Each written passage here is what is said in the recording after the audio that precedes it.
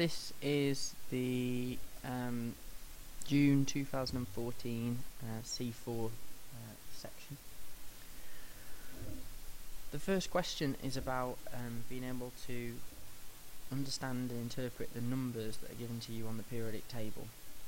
So it asks about astatine. Now, in this question, they have chosen astatine as an example of one of the group 7 elements that you are probably not familiar with, because we tend not to talk about it because of its natural radioactivity. However, this question is an application of what you've done with the other halogens. So it tells you it's in group 7 and in period 6. It tells you the atomic number is 85, and that this particular isotope has 125 neutrons, and we have to complete the table. So first it wants the number of electrons in the outer shell. Now, if you look at any element, for example lithium, you'll see it's got 3 electrons, and it's got 2 electrons in its first shell and 1 in its next shell. And it's in group 1. If you did sodium, you would see that sodium, also in group 1, is 281. Potassium is 2881. And you can do this pattern for every group. So everything in group 1 has 1 electron in its outer shell. So group 7 elements, if you were to work out the electron configuration for fluorine, it's 2, 7. Chlorine is 2, 8, 7. Now, you're not asked to draw any of the configurations after that, or write them for bromine, iodine, or astatine, but the key thing they're all going to have is they're all going to have 7 electrons in their outer shell. So anything that's in group 7 has 7 electrons. Okay, that's the rule. If it was in group 6, it would have 6, 5, it would have 5, etc. The period, each time you go down a period, so period 1 just has 2 electrons in it, then if you go to period 2, you have started a new shell. So the period tells you the number of occupied shells, so it's 6. Now the atomic number, this is the number of protons, which is obviously equal to the number of electrons, but electrons don't contribute to the mass of the atom because they're so small. We're asked to say what the mass number is, and the mass number is the number of protons plus the number of neutrons, so the answer is 210, and that's 3 marks. Next table is looking at melting and boiling points in group 7. Now, the boiling point and melting point increases going down the group. Okay, the reason for this is because there is an increase in the intermolecular forces. So the halogens are all diatomic covalent molecules, and the covalent bond is a strong intramolecular force. But when we're talking about boiling points, we're not breaking covalent bonds, we're breaking the forces between the molecules. Okay, these are our weak intermolecular forces.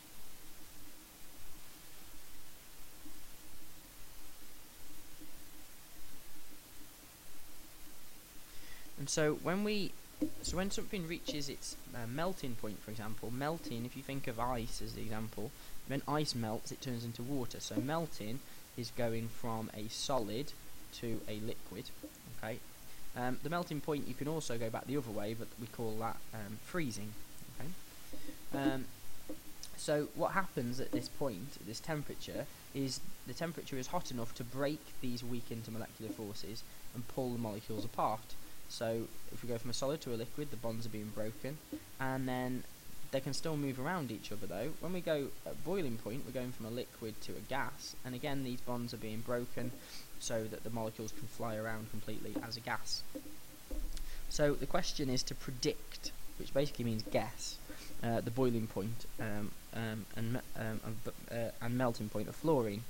So if you look at the trend, we know that it's going to be more negative in both cases because it's getting less and less as it goes up. And if you look at the numbers, it's about just under 200 to there, between there and there, about 100, about another 100 difference. So we need to make a difference of about 100. So the best estimate should be roughly around minus 200.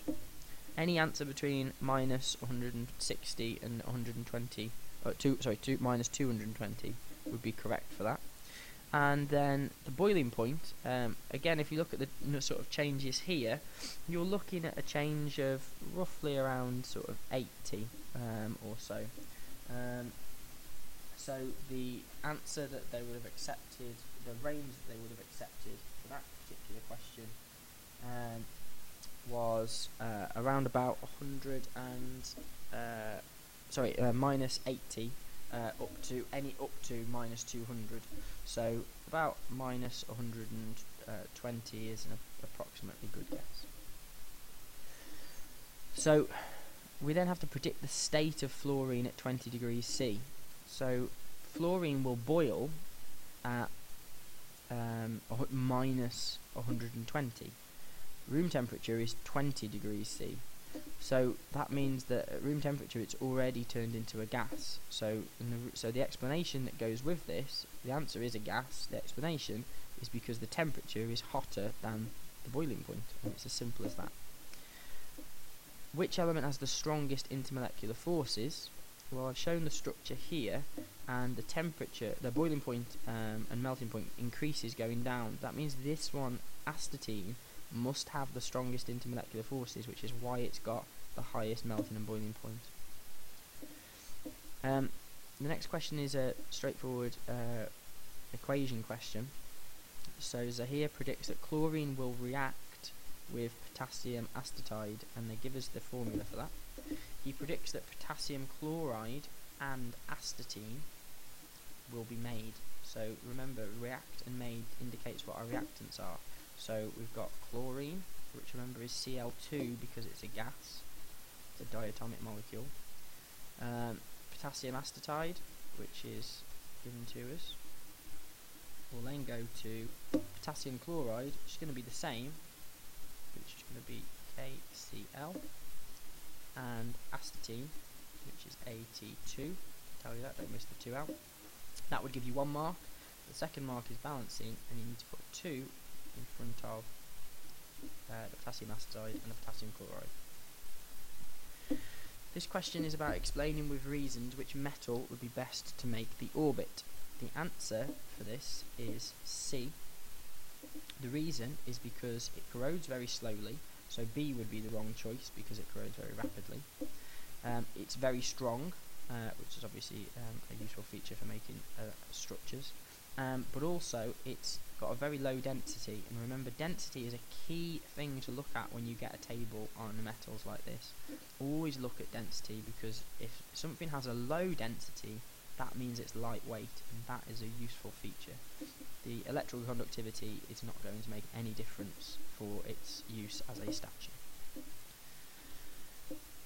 Metallic bonding in metals is what you have to explain in this question. So this should be a really straightforward question. You have to draw positive metal cations in a regular repeating structure, which we call our metallic lattice. So we have our metal cations. These could all be copper ions, for example. So we have our positive metal cations.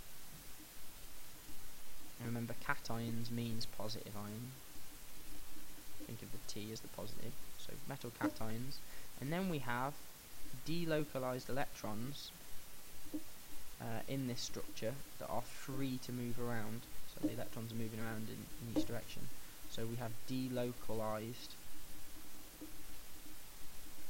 electrons. And what we mean by delocalized is they're not fixed on one atom, they can move around. We also call these free electrons.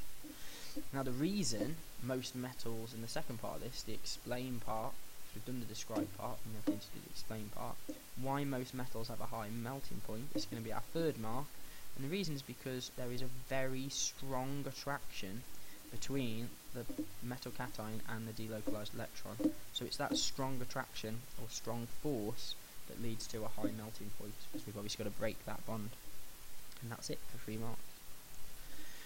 This was our 6 mark question, and it's talking about sodium and O2 minus. It gives us the electron structure for sodium and for oxygen. First question is to work out the formula of sodium oxide. Okay, so it tells you that sodium's +1 and oxygen is -2. So the rule to work out the formula is I need to balance out 2 minuses, I need 2 pluses. So I swap the numbers around, so I move this 2 to there, that 1 to there, and so the formula is Na2O. Okay, for 1 mark. We then need to use dot and cross models to describe the bonding in sodium oxide and O2. So the first thing is to identify what type of bonding we've got. So sodium oxide, we've got a metal, which is the sodium, and a non-metal. So this will undergo ionic bonding, and oxygen is 2 non-metal atoms, so this will be covalent bonding. So the sodium oxide, metals are really easy to draw, because all you have to do, and it says this here, is you only need to draw the outer electrons. So what metals do, because they lose their outer electron, is for any metal, all you need to draw is a circle.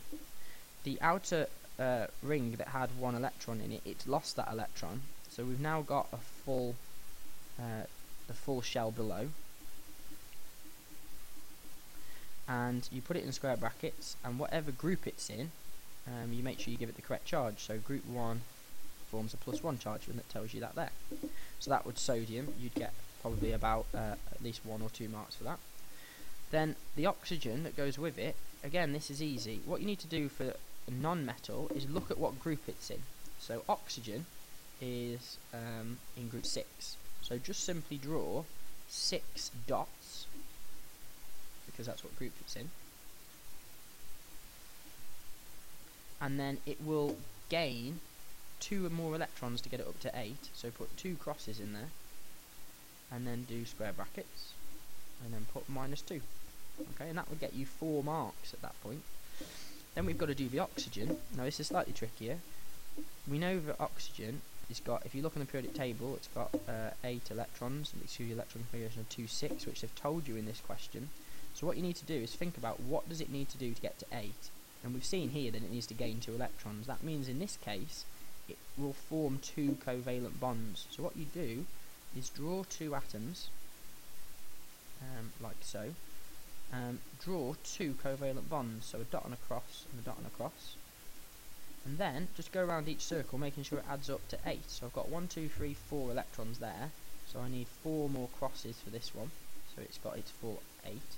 And then on this one, 1, 2, 3, 4 electrons there, and I need to do the rest with dots, and so I do 4 more, so that then adds up to our full 8 electrons for each one, and we've got our double covalent bond here. This question is about stages of water purification, what happens at each stage. There's 3 stages. The first stage is filtration, and filtration removes the large insoluble material. The second stage is then sedimentation, which is we then let the water settle, and that removes the small insoluble particles because they all settle to the bottom. And the last stage is chlorination, and chlorination is there to kill off any microbes. Some samples of drinking water contain nitrate fertilizer. Why does the process not remove nitrate fertilizer? Well, remember, nitrate fertilizers have to be soluble for their plants to absorb them, so the reason is simply because it's dissolved, it's soluble in solution. Some countries, they do not drink water from that's been distilled by seawater, and it's the questions about the disadvantages of doing that to make large quantities of water, and the reason is because it requires a large quantity of energy in order to do this, and so it's not economically viable. It's much easier to get water from lakes and from rivers.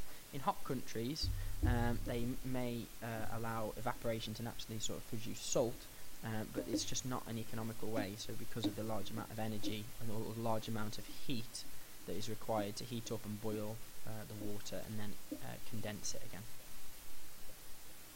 This is it for the C4 section of this exam, so if there's anything you don't understand, go back and have a look at it again.